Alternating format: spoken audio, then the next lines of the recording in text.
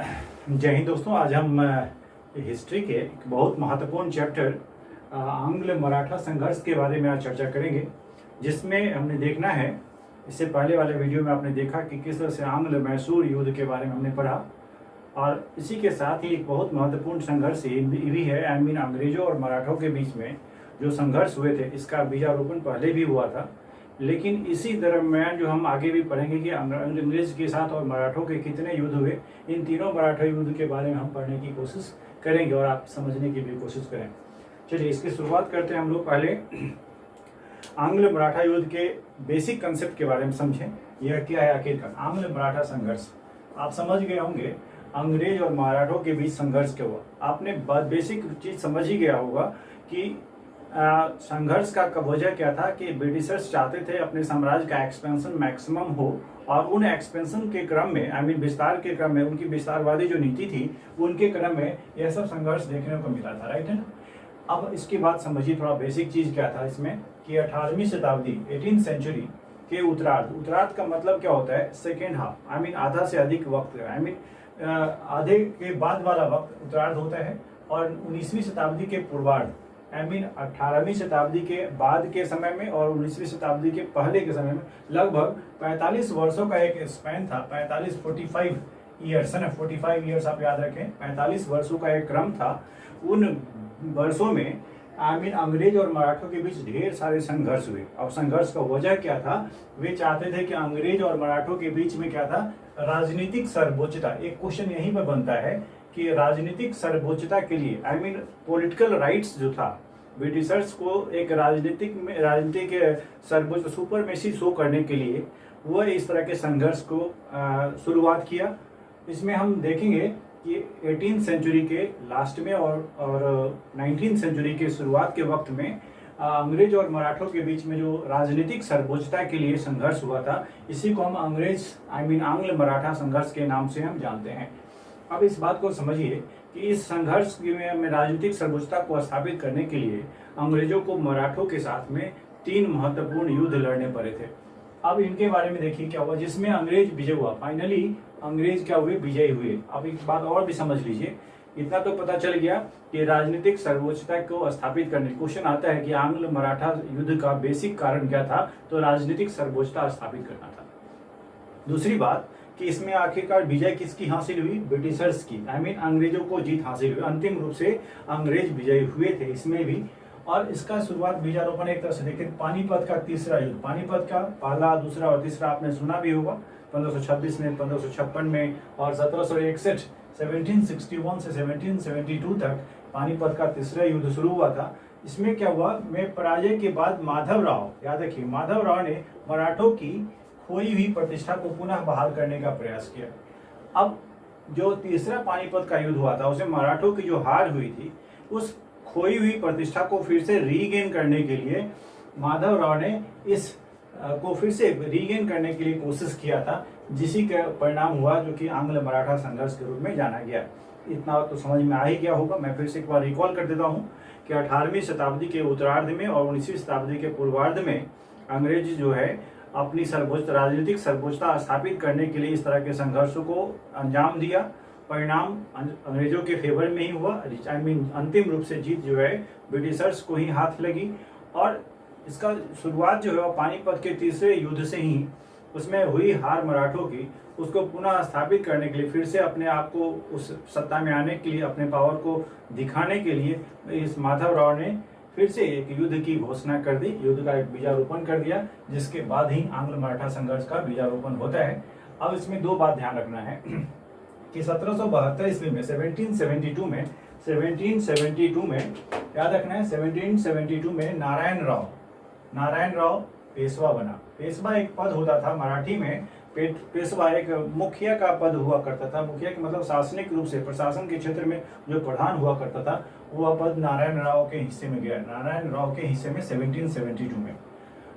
But यह पसंद नहीं था उनके मराठी चाचा जो थे। एक्चुअली 1773 में रघुनाथ राव जो कि इस नारायण राव के चाचा थे, जिनको यह पसंद नहीं था कि यह सत्ता इस नारायण राव के हाथ में आए और शासन की जिम्मेदारी इसको मिले। इसलिए इन्होंने, रघुनाथ राव ने, यानी जो कि चाचा थे, उन्होंने इसको मरवा दिया, जिसको राघोबा के नाम से भी जानते हैं। याद रखिए, रघुनाथ राव को राघोबा के नाम से बहुत बार पूछा गया है कि राघोबा को किसको हम राघोबा के नाम से जानते हैं, तो रघुनाथ राव।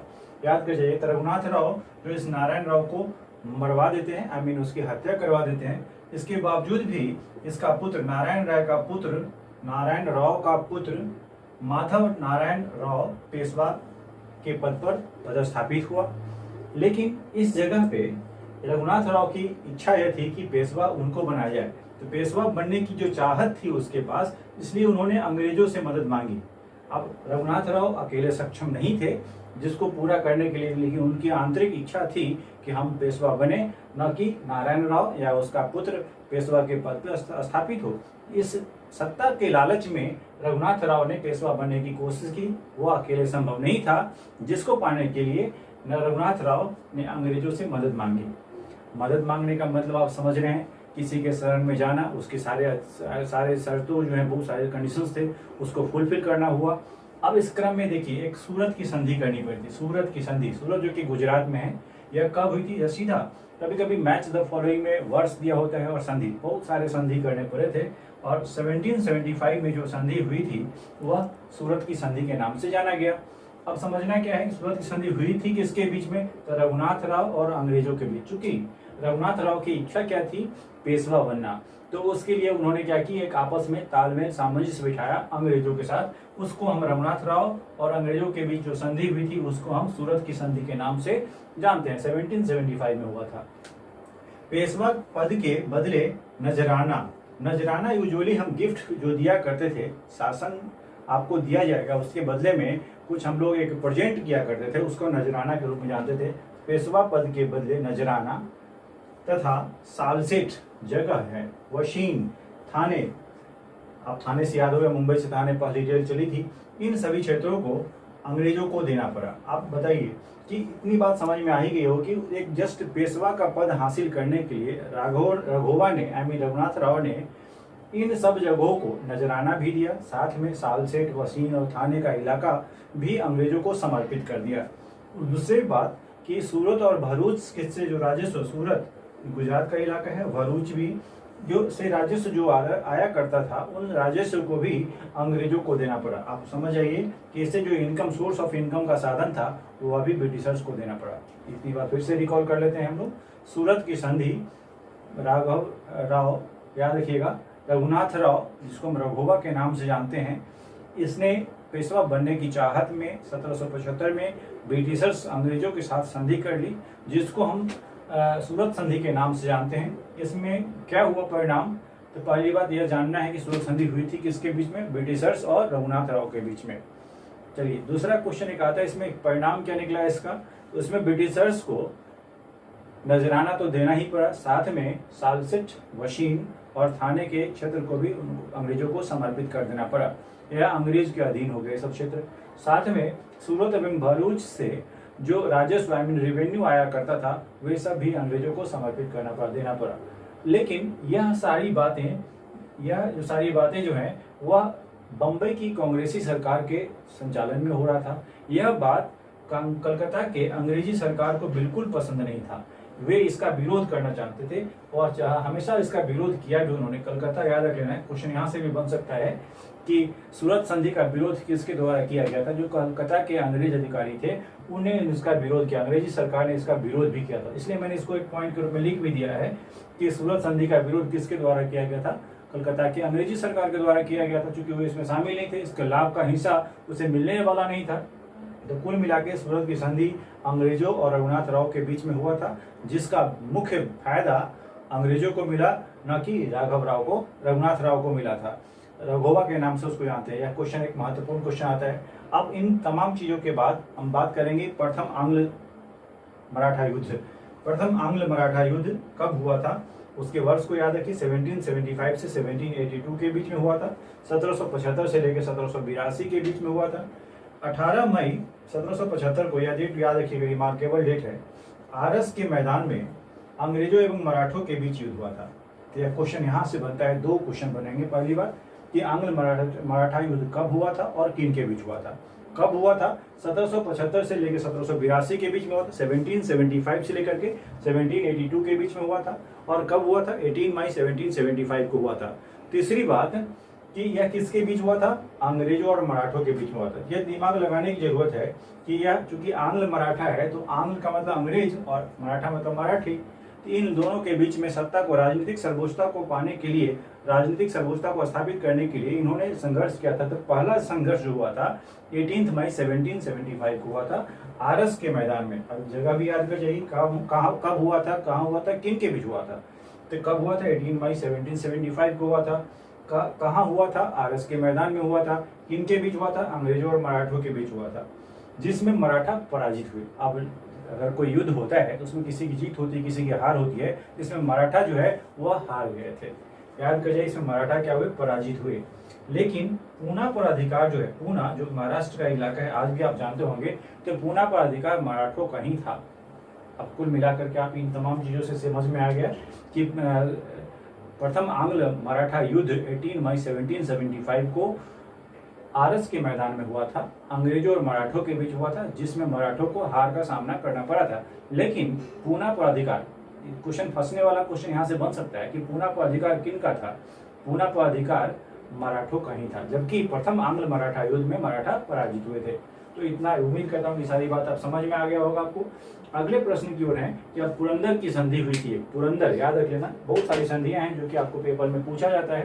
पुरंदर की संधि कब हुई थी? इसी क्रम में 1776 को हुई थी, 1776 ईस्वी को पुरंदर की संधि 1776 को हुई थी, जिसमें कंपनी राघोवा को समर्थन नहीं करेगी। कंपनी आई मीन ब्रिटिश जो है वह राघोवा को आई मीन रघुनाथ राव को समर्थन नहीं करेगी, लेकिन सालसेट थाने पर अंग्रेजों का प्रभुत्व बना रहेगा। इस संधि में, पुरंदर की संधि में क्या कंक्लूजन हुआ? 1776 में एक संधि समझौता हुआ, जिसमें हुआ कि कंपनी रघुनाथ राव को मदद नहीं करेगी, सालसेट पे थाने पर अंग्रेजों का प्रभुत्व बना रहेगा।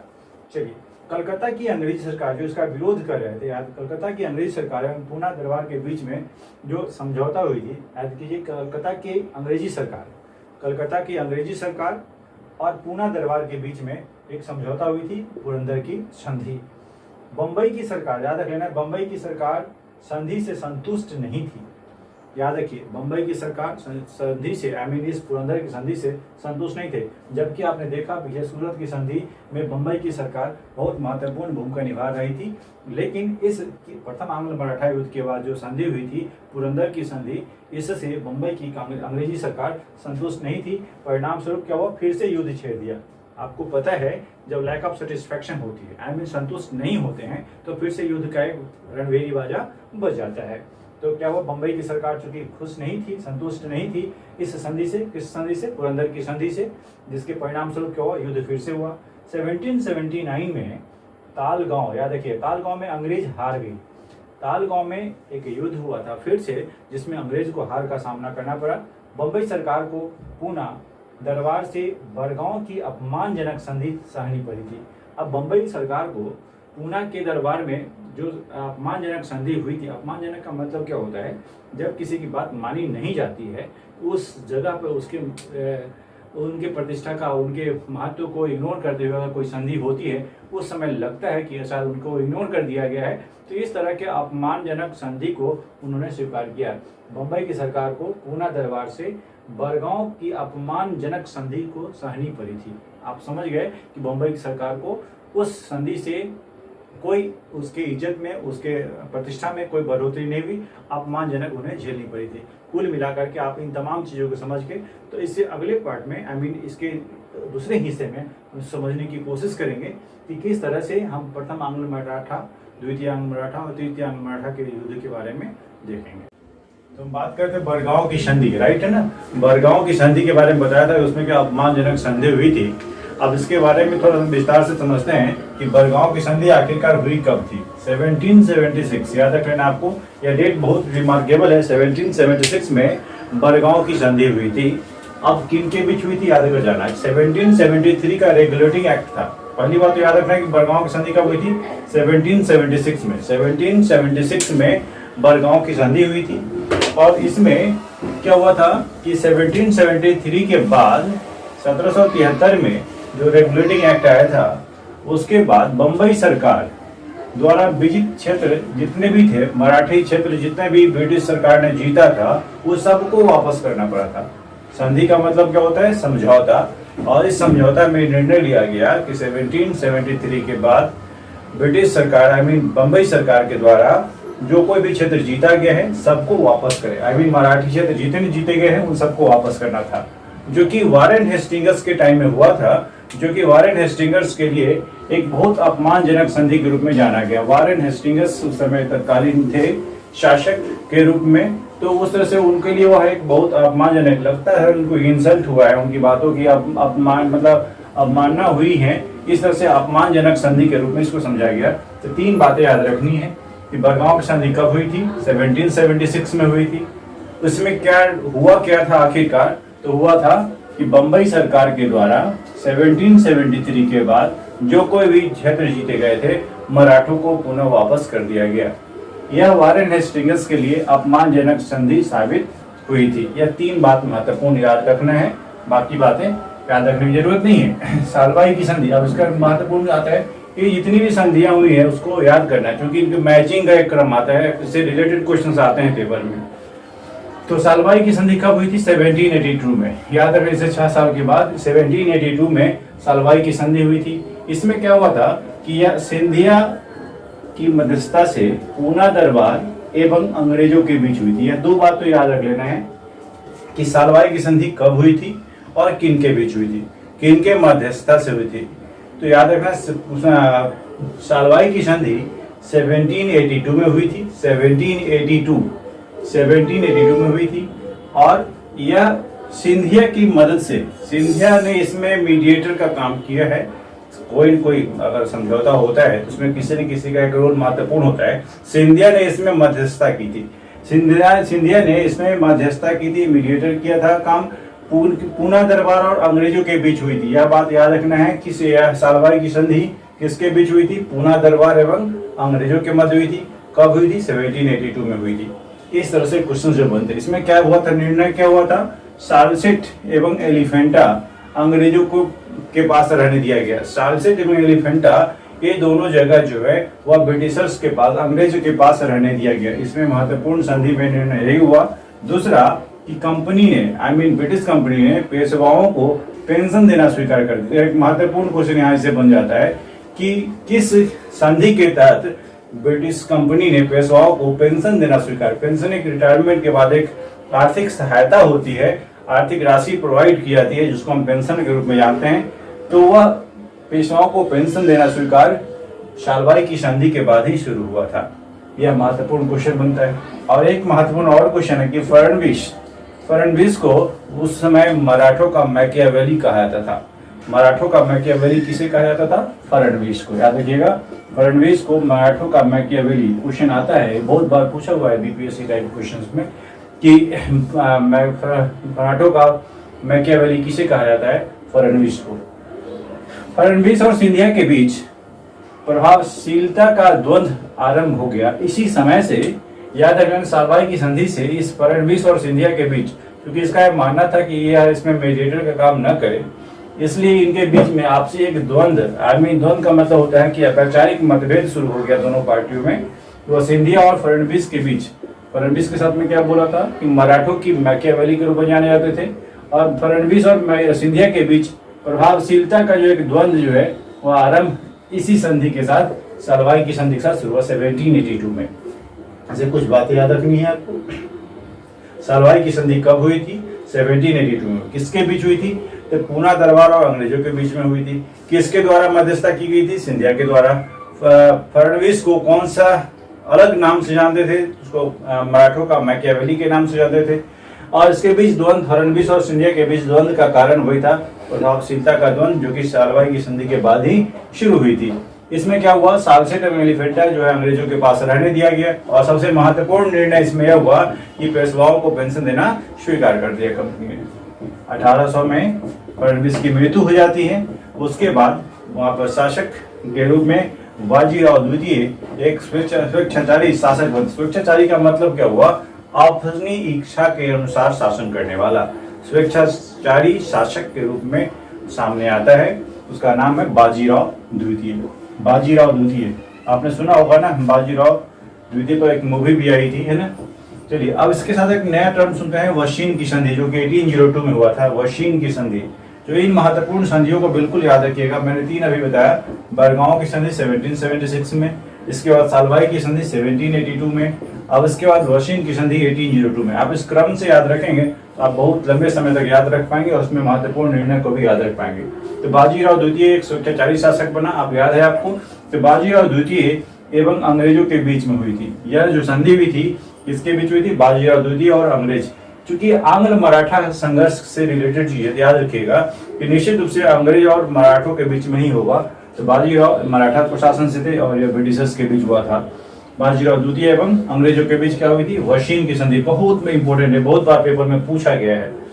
पेशवा ने पूना में अंग्रेजी शासन को रखना स्वीकार कर दिया। इस संधि के तहत यह निर्णय हुआ कि जो मराठी पेशवा जो थे, मराठी शासन में जो अधिकारी होते थे, यानी सैनिक शासक जो होते थे, उनको जो हम पेशवा के रूप में जानते थे, पेशवा ने पूना में अंग्रेजी शासन को रखना स्वीकार कर लिया। पूना में ब्रिटिशर्स का शासन रहेगा, इस संधि के तहत यह सुनिश्चित हो गया। दूसरा, सूरत और भरूच जहां से रेवेन्यू आया करता था, वही पेशवा ने सूरत नगर कंपनी को सौंप दिए। यानी यह भी कंपनी, जो निर्णय हुआ था अधिकतर जो ब्रिटिशर्स के फेवर में हुआ, गुजरात एवं तुंगभद्रा नदी के दोआब रीजन, दोआब क्षेत्र के बारे में पहले भी बताया था।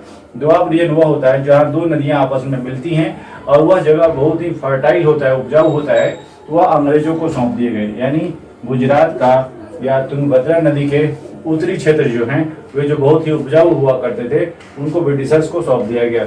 मराठों के विदेशी संबंध अंग्रेजों के अधीन हो गए। अब मराठा जो विदेश से संबंध बनाने स्थापित करने की कोशिश करते थे, वे सब ब्रिटिशर्स के अधीन हो गए। ब्रिटिशर्स की इच्छा के अनुरूप ही वे विदेशी संबंध बना सकते थे और बिगाड़ भी सकते थे, उनके इच्छा के अनुकूल। अब चूंकि सब पर कमान जो है अंग्रेजों का हो गया, ये सारे महत्वपूर्ण निर्णय वशीन की संधि के द्वारा लिए गए। फिर से मैं याद दिला दूं आपको, वशीन की संधि 1802 में हुआ था। किसके बीच हुआ था, बाजीराव द्वितीय और अंग्रेजों के बीच में हुआ था, जिसमें महत्वपूर्ण निर्णय लिया गया कि पूना में अंग्रेजी हुकूमत रहेगी। दूसरा, पेशवा जो है सूरत के नगर को पेशवाओं के अधीन, ब्रिटिशर्स के अधीन कर दिया गया। तीसरा, गुजरात एवं तुंगभद्रा नदी का दोआब क्षेत्र जो अंग्रेजों के अधीन कर दिया गया। विदेशी संबंध भी अंग्रेजों के अधीन ही हो गए, यानी अंग्रेज चाहते तभी संबंध आगे बढ़ता, अदरवाइज नहीं बढ़ता। इन तमाम निर्णय से यह कंक्लूजन निकला कि अब एक और आंग्ल मराठा युद्ध होना है। इसलिए इसको क्या लिखते हैं, इस संधि को द्वितीय आंग्ल मराठा युद्ध का कारण बनाया गया। यानी दूसरा आंग्ल मराठा युद्ध हुआ, उसका कारण क्या हुआ, वशीन की संधि को ही समझा गया। क्वेश्चन पूछता है कि सेकेंड आंग्ल मराठा युद्ध जो है, इसका कारण कौन सी संधि थी, तो 1802 की संधि थी। अब समझना है कि आंग्ल मराठा युद्ध सेकेंड कब हुआ था, 1803 से 1805 के बीच में, 1803 से लेकर के 1805 के बीच में। तो कुल मिलाकर के आपने बरगांव की संधि, सालवाई की संधि और वशीन की संधि को देखा। इस तरह से आप इन संधियों को समझते हुए आगे वाले टॉपिक को ध्यान से सुनेंगे। मराठा द्वितीय आंग्ल मराठा युद्ध की बात करें, जो कि 1803 से 1805 में, मैंने बताया कि 1803 से लेकर 1805 के बीच में सेकेंड आंग्ल मराठा युद्ध हुआ था। ब्रिटिशर्स और मराठों के बीच में दूसरा युद्ध जो है वो 1803 से 1805 के बीच में हुआ था। अब आपने समझ में आया होगा आपको कि इसके बीच में हम देखें तो इसकी चुनौती जो है ना, वशीन की संधि आपने पीछे देखा था। वशीन की संधि में जो कुछ चुनौतियां दी गई थी, वशीन की संधि में जो कुछ चुनौती का मतलब चैलेंज होता है, चैलेंज का मतलब होता है टू ओवरकम, मतलब उससे निजात पाना।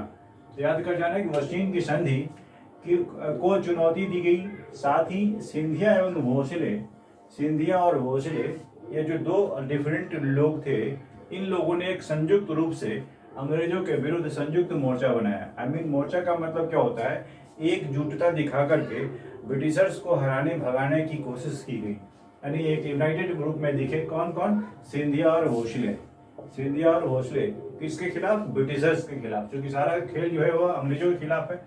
23 सितंबर 1803 को, याद कर जाना है, 23 सितंबर 1803 को ऑर्थर वेलेजली, याद रखना है कि वेलेजली को दक्कन का इलाका, याद रखना दक्कन का जो क्षेत्र है वह वेलेजली के अंडर में था, और जो उत्तर भारत का जो क्षेत्र था वह उत्तर भारत में नहीं था। उत्तर भारत में जनरल लेक को यह जिम्मेदारी दी गई थी। यानी यह खेल जो है आप याद रखिएगा, उत्तर भारत में जो खेल पूरी जिम्मेदारी थी वो जनरल लेक के हाथ में थी, जबकि दक्कन का इलाका जो है वो वेलेजली के अधीन था। इस तरह से इन दोनों के नेतृत्व में बाद में अंग्रेजी शासन के नींव जो है आगे बढ़ती चली गई और इसका विस्तार भी होता चला गया। कुल मिलाकर याद रखिए कि 23 सितंबर 1803 को वेलेजली ने सिंधिया और भोसले इन दोनों की जो संयुक्त संस्था थी उनको पराजित किया था। तो यह महत्वपूर्ण क्वेश्चन बन जाता है कि सिंधिया और भोसले जो दो संयुक्त रूप से ब्रिटिशर्स के खिलाफ थे उनको पराजय का सामना करना पड़ा। तो वह कब? 23 सितंबर 1803 को। किसके अधीन हुआ था? वेलेजली, ऑथर वेलेजली नाम याद रख लेना है, जिनको दक्कन का इलाका इनके अधीन था, जबकि उत्तर भारत का इलाका जनरल लेक के अधीन था। अब इस बीच में कुछ संधियां हुई, आपने देखा है बहुत सारी संधियां हैं। क्योंकि यह चीज इंपॉर्टेंट इसलिए हो जाता है क्योंकि मैच द फॉलोइंग, हिस्ट्री एक फैक्चुअल कंसेप्ट पर आधारित होता है, इसलिए कब कौन सी संधि हुई है इसको भी जानना जरूरी है। तो सुरजी अर्जन गांव याद रख लेना आपको, सुरजी अर्जन गांव की जो संधि हुई थी यह 1803 में हुई थी। कब हुई थी? 1803 में, याद रख लेना 1803 में। और ये किन के, तीन बातों याद रखना है कि कौन सी संधि कब हुई है और किन के बीच हुई है। तो सुरजी अर्जन गांव की संधि जो हुई है वो 1803 में हुई है और किसके बीच में? सिंधिया और अंग्रेज। एक नाम तो याद कर ही जाओ, एक पार्टी ब्रिटिशर्स हमेशा होगी, इतना तो याद रख लेना है। दूसरा पार्टी सिर्फ याद रखिए आप कि सिंधिया और साथ में अंग्रेज, इनके बीच हुई थी। दूसरा, राजपुर घाट की संधि 1805 में हुई थी। इसका क्रम याद रखिएगा, सुरजी अर्जन गांव की संधि, साथ में राजपुर घाट की संधि 1805 में। अब फिर मैंने बोला था एक तरफ अंग्रेज ही होंगे और दूसरी तरफ होलकर होगा, होलकर और अंग्रेज के बीच संधि हुई थी। इस तरह से याद करने का जादू याद रखिए, एक तरफ तो ब्रिटिशर्स ही होंगे, दूसरी तरफ सिंधिया, होलकर, इस तरह से जो लोग थे, भोसले, बाजीराव सेकेंड, इस तरह से क्रम आता है। तो इसी क्रम में आप याद रखेंगे तो दो नाम अभी याद रखिए, 1803 और 1805। याद भी करने की जरूरत नहीं है, इसका पहला साल 1803 और इसका लास्ट वाला 1805। इस तरह से हम इसको याद रखें तो कुल मिला के रिकॉल कर लेते हैं। द्वितीय आंग्ल मराठा युद्ध जो है 1803 से लेकर 1805 के बीच में हुआ था, जिसमें वशिंग की संधि के तहत जो कुछ भी परिणाम सामने आए थे उनमें चुनौती दी गई थी मराठों को। साथ में उस चुनौती का सामना करने के लिए सिंधिया और भोसले दोनों एकजुट होकर के संयुक्त मोर्चा बनाया। 23 सितंबर 1803 को ऑथर वेलेजली के नेतृत्व में इनके संयुक्त सेना को हरा दिया गया। अब आप परिणाम के रूप में जान लीजिए, मजबूरी क्या होगी? संधि करनी पड़ी। सुरजी अर्जन गांव में जो संधि हुई थी इसके बीच में सिंधिया और अंग्रेजों के बीच में वह 1803 में हुई थी। साथ में राजपुर घाट की संधि जो हुई 1805 में हुई थी, वह होलकर एवं अंग्रेजों के बीच हुई थी। होलकर एवं अंग्रेज, मैंने याद करने के लिए तरीका बताया था। एक तो आपको नाम याद हो ही गया कि एक तरफ ब्रिटिशर्स ही होंगे, दूसरी तरफ जो सिंधिया अमीर मराठों के जो समर्थन में थे वे लोग। चलिए अब हम तीसरे आंग्ल मराठा युद्ध की तरफ हैं, जो कि तीन जो संघर्ष हुए थे ब्रिटिशर्स और मराठों के बीच में, यह तीसरा और अंतिम है मराठों के साथ संघर्ष। वह कब हुआ था? 1816 से 1819। याद रखना है आपको, 1803 से दूसरा 1805 तक, तीसरा है 1816 से लेकर 1819 तक। यह एक्चुअली इसकी जो नींव थी वो पहले ही पड़ गई। तो वह लॉर्ड हेस्टिंगस, याद रखना है कि यह तीसरा आंग्ल मराठा युद्ध लॉर्ड हेस्टिंगस के नेतृत्व में ही लड़ा गया था, के समय में आरंभ हुआ। यह मैंने लिख दिया। तो आपको बहुत बार क्वेश्चन पूछता है कि थर्ड आंग्ल मराठा युद्ध किनके बीच लड़ा गया, किनके शासन काल में लड़ा गया? तो लॉर्ड हेस्टिंगस के शासनकाल में। लॉर्ड हेस्टिंगस, यह नाम याद रख लेना है। अब यह इनकी जो दमनकारी नीति थी, दमनकारी नीति का मतलब क्या हुआ? ये लोग चाहते थे सप्रेस करना, दबाना किसी भी ब्रिटिशर्स को।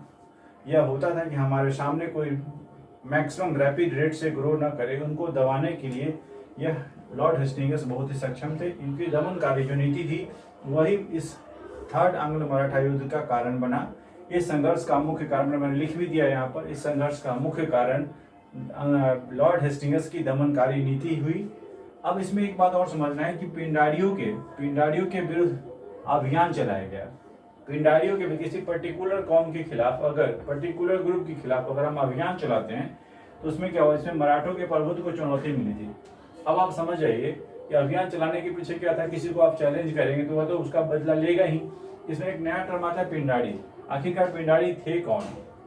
पिंडारी के बारे में जान लीजिए। पिंडारी जो थे वो मराठी सेना में अवैतनिक सैनिक के रूप में कार्यरत थे। पिंडारी मराठी सेना में मराठों के साथ सहयोग देने वाले, उनकी सेना में शामिल, एक्चुअली वो सेना नहीं थे लेकिन उन सेना के साथ ही काम अपना सहयोग बढ़ाते, ऑनररी सेवा करते, बिना सैलरी का अवैतनिक सैनिक के रूप में अपनी सेवा देते थे। कौन? पिंडारी। पिंडारी कौन थे? मराठी सेना में अवैतनिक रूप से अपनी सेवा देने वाले लोग थे। वे लोग लूट मार करने वाले थे, याद कर जाइए। कहीं खून खराबा करना हो, मार पिटाई करनी हो, कूट काट करनी हो, तो उस केस में लूटना हो, तो उस रूप में वो एक हिंसक ग्रुप के रूप में थे, के दल के रूप में जाने जाते थे। उनको लूट मार करना है उनका मुख्य प्रोफेशन था। बाजीराव फर्स्ट के समय में इसका उद्भव हुआ था। आपको याद कर जाना है कि पिंडारियों का जो उद्भव हुआ वह किसके समय हुआ? बाजीराव फर्स्ट के समय में ही हुआ। याद रख लेना, बाजीराव फर्स्ट के समय में पिंडारियों का उद्भव हुआ। उसका जन्म जो है वह पिंडारियों का जो उद्भव लोगों के बीच में इसकी जानकारी प्राप्त हुई कब? बाजीराव फर्स्ट के समय में। यह युद्ध में मराठों के पक्षधर हुआ करते थे और उससे जो लूट में सामान मिलता था उसमें एक निश्चित राशि इन पिंडारियों को प्रोवाइड की जाती थी। आप समझ जाइए कि उनका एक सोर्स ऑफ लिवलीहुड क्या था कि लूट में लिए गए मालों में उसका एक निश्चित हिस्सा हुआ करता था। जैसे 20%, 30% कोई भी हम काम परफॉर्म करते हैं तो उस केस में क्या मिलता है मुझे? वो काम करने के बाद मुझे उस निश्चित राशि जो तय होती है वो उतना दी जाती है। ठीक उसी तरह पिंडारियों को मराठी सेना के साथ एक ऐसा टाइप था जिसमें लूटी हुई संपत्ति में से कुछ निश्चित राशि उन्हें दी जाती थी जो उनके जीवन जीने का साधन हुआ करता था। यह युद्ध में मराठों का पक्षधर थे। लूट के माल में इनका हिस्सा हुआ करता था और निश्चित हिस्सा हुआ करता था। निश्चित का मतलब क्या हुआ कि एक जितनी राशि हम जीत पाए उसमें से कुछ निश्चित राशि उसे मिलती थी। अब इसके बीच में कुछ एक बात और समझनी है। कुछ और भी संधियां हुई हैं जो कि जस्ट एक डेट वाइज याद रखने के लिए मैंने शॉर्टलिस्ट कर लिया है। नागपुर की संधि याद कर लेना। नागपुर की संधि, नागपुर आपने सुना होगा महाराष्ट्र में ही है, 1816 में हुआ था। इसके बीच मैंने एक जादू और भी बताया था कि सब में अंग्रेज होंगे ही होंगे, तो भोसले और अंग्रेज के बीच में हुआ था नागपुर की संधि 1816 में। 1817 में दो संधि हुई थी, ग्वालियर और पूना की संधि। ग्वालियर जो कि मध्य प्रदेश से थे, सिंधिया महाराज, याद रखिएगा, सिंधिया और अंग्रेज के बीच में, और पूना चूंकि मराठों से जुड़ा हुआ है तो बाजीराव सेकेंड और अंग्रेज। तो याद करने का एक तरीका हुआ, जैसे हम ग्वालियर की बात करें तो वहां पर सिंधिया याद रखिएगा, माधवराव सिंधिया तो नाम याद रहेगा ही आपको। तो ग्वालियर में 1817 में सिंधिया प्लस अंग्रेज के बीच में। पूना संधि जो है वो मराठा से जुड़ा हुआ है, इसलिए वहां पर बाजीराव सेकेंड प्लस अंग्रेज के बीच में। मंदसौर की संधि होलकर और अंग्रेज के बीच में हुआ था कब? 1818 में। आपको याद करने में ज्यादा सहूलियत होगी जब आप इस तिथि को किसी चीज से को रिलेट करेंगे। 16, 17, 17 एंड 18 इस तरह से याद। नागपुर, ग्वालियर, पूना एंड मंदसौर याद कर जाइए। मैच द फॉलोइंग में क्वेश्चन आता ही आता है। लास्ट मोमेंट में पेशवा अंग्रेजों से पराजित होते हैं। अब इतना करने के बाद क्या हुआ? पेशवाओं को हार का ही सामना करना पड़ता है, यानी पेशवा बिल्कुल खत्म हो जाता है, इसका नामो निशान मिट जाता है। कब? पूना की संधि हुई थी। पूना की संधि याद कर जाना है। पूना की संधि में पेशवाओं को आत्मसमर्पण करना पड़ा। जितने भी मराठी लोग थे वो अपने आप को अंग्रेज के समक्ष समर्पित हो गए, आत्मसमर्पित हो गए। परिणाम क्या हुआ? पेशवाओं का शासन खत्म। इस तरह से कुल मिलाकर के आप देखें तो ब्रिटिशर्स की हुकूमत सर्वव्यापी हो गई। जिस जिस क्षेत्रों पे ब्रिटिशर्स की हुकूमत नहीं थी वहां पे भी, और जहां पर मराठों का शासन था सब पूर्ण रूपेण मराठों को समर्पित करना पड़ा। किसको? अंग्रेजों को। इस तरह से तीसरा, पहला, दूसरा और तीसरा आंग्ल मराठा युद्ध आपने देखा। आपको मैं पहले ही बताया था कि आंग्ल मराठा युद्ध का पीछे राजनीतिक सर्वोच्चता स्थापित करना उनका मुख्य उद्देश्य था। राजनीतिक सर्वोच्चता स्थापित करना उनका मुख्य मकसद था, जिसको उन्होंने भलीभांति पूरा किया। इस बीच में जितनी भी संधियां हुई वह परीक्षा के पॉइंट ऑफ व्यू से बहुत इंपॉर्टेंट है। उम्मीद करते हैं कि आपको यह टॉपिक अच्छा लगा होगा और आपने इसको समझना भी है। 2 बार 3 बार जितनी बार देखना हो देखें, क्योंकि पेपर में महत्वपूर्ण क्वेश्चन इससे आते ही आते हैं। Thank you so much. You have to keep watching.